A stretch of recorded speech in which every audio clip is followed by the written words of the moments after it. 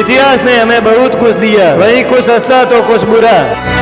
ये घटना 18वीं सदी में लड़े गए सबसे विनाशकारी युद्धों में से एक पानीपत के तीसरे युद्ध की, जिसने एक ही दिन में हजारों योद्धाओं को काल का ग्रस्त बना दिया। ये बात उस समय की है जब पूरे हिंदुस्तान पर मराठाओं का ही शासन हुआ करता था। उसी समय अफगानिस्तान का बादशाह अहमद शाह अब्दाली भारत को लूटने के लिए भारत पर एक बार फिर से आक्रमण करता है और 10 जनवरी 1560 को अब्दाली ने मराठाओं के सेनापति दत्ता जी को मारकर दिल्ली पर अपना अधिकार कर लेता है। मराठाओं की ये हार ही इस युद्ध का कारण बनी। मराठाओं के सेनापति दत्ता जी की मौत का पता जब मराठाओं के पेशवा माधवराव भट्ट को चला तो उन्होंने तुरंत बाजीराव पेशवा के पुत्र सदाशिवराव भाऊ के नेतृत्व में 45,000 सेना देकर दिल्ली की ओर रवाना कर दिया और सदाशिवराव भाऊ के नेतृत्व में मराठों ने फिर से दिल्ली पर अपना अधिकार कर लिया। इस बात का पता जब अहमद शाह अब्दाली को चला तो वो क्रोधित हो उठा और भारत पर एक बार फिर से आक्रमण करने के लिए आगे बढ़ा, लेकिन बारिश ज्यादा होने के कारण अहमद शाह अब्दाली यमुना नदी पार नहीं कर पाया। लेकिन ये जीत मराठाओं के लिए ज्यादा देर तक नहीं टिकी। दिल्ली पर आक्रमण करने से पहले जब सदाशिवराव भाऊ भरतपुर से जा रहे थे तभी भरतपुर के महाराजा सूरजमल जाट ने सभी स्त्रियों को यहाँ छोड़ने के लिए सदाशिवराव भाऊ को कहा, लेकिन सदाशिवराव भाऊ ने सूरजमल जाट की बात नहीं मानी और वह दिल्ली की ओर चल पड़े। उसके बाद में सदाशिवराव भाऊ ने महाराजा सूरजमल जाट से सहायता मांगी और महाराजा सूरजमल जाट ने 20,000 सैनिकों और 20,000 सैनिकों के खाने पीने की व्यवस्था करवाई। उसके बाद में आपसी मामला सही न होने के कारण महाराजा सूरजमल 20,000 सैनिकों को लेकर वापस भरतपुर आ गए। अगर महाराजा सूरजमल जाट इस युद्ध में भाग लेते तो इस युद्ध का निर्णय कुछ और ही होता, लेकिन कुछ दिन तक दिल्ली में ठहरने के बाद में मराठा अपनी सेना लेकर वापस पुणे की ओर जाने लगे। लेकिन उसी समय अहमद शाह अब्दाली यमुना पार करके फिर से दिल्ली पर अपना अधिकार कर लेता है। लेकिन उसके बाद में सदाशिवराव भाऊ ने पानीपत के मैदान में अपना पड़ाव डाला। उस समय मराठाओं के पास में 20,000 घुड़सवार और 20,000 से पैदल सैनिक और 5,000 हाथी सवार सैनिक थे। वहीं अब्दाली के पास में 25,000 घुड़सवार और 10,000 ऊंट सवार और 30,000 पैदल सैनिक थे। लेकिन पानीपत के मैदान में पहुंचने से पहले मराठाओं के सैनिकों की हालत बहुत ही खराब हो चुकी थी। उसके बाद में 10 जनवरी 1761 को अब्दाली अपनी सेना लेकर पानीपत के मैदान में अपना पड़ाव डालता है। मराठा सैनिकों के पास में कुछ न खाने पीने की वजह से मकर संक्रांति के दिन 14 जनवरी 1761 को सुबह 9 बजे ये युद्ध आरंभ हो गया। ये युद्ध 7 घंटे यानी 4 बजे तक चला। इस युद्ध में 2 बजे तक मराठाओं का पलड़ा भारी रहा, क्योंकि इब्राहिम खान की तोपों ने अब्दाली की सेना में अहंकार मचा दिया। उसके बाद में गोला बारूद खत्म होने के कारण और पेशवा माधवराव भट्ट के बेटे विश्वास राव को गोली लगने के कारण उनकी उसी समय मृत्यु हो जाती है। और ये सभी देख सदाशिवराव भाऊ हाथी से कूदकर घोड़े पर सवार होकर अब्दाली की सेना के बीच में घुस जाते हैं। यही सदाशिवराव भाऊ की गलती मराठाओं के हार का कारण बनी, क्योंकि सदाशिवराव भाऊ के हाथी पर न होने के कारण मराठाओं के सैनिकों ने सोचा कि सदाशिवराव भाऊ इस युद्ध में मारे गए और मराठा सैनिक तितर बितर हो गए और सदाशिवराव भाऊ अब्दाली के सैनिकों से लड़ते हुए 3 बजे शहीद हो जाते हैं। लेकिन फिर भी 1 घंटे तक ये युद्ध चलता रहा और शाम के 4 बजे ये युद्ध समाप्त हो जाता है। और इस युद्ध में सदाशिवराव भाऊ सहित 28,000 मराठा सैनिक मारे गए और बाकी बचे सैनिक और सभी स्त्रियां भूख से लथपथ होते हुए पुणे की ओर जा रहे थे। अभी महाराजा सूरजमल जाट को दया आई और उन्होंने मराठा सैनिकों को 6 महीने तक यहाँ भरतपुर रहने के लिए आज्ञा दी और सभी खाने पीने की व्यवस्था करवाई। अगर आपको हमारा ये वीडियो पसंद आए तो वीडियो को लाइक एंड चैनल को सब्सक्राइब जरूर कीजिएगा और इस वीडियो को अपने दोस्तों के साथ में शेयर जरूर करें। वीडियो को पूरे देखने के लिए आपका बहुत बहुत धन्यवाद।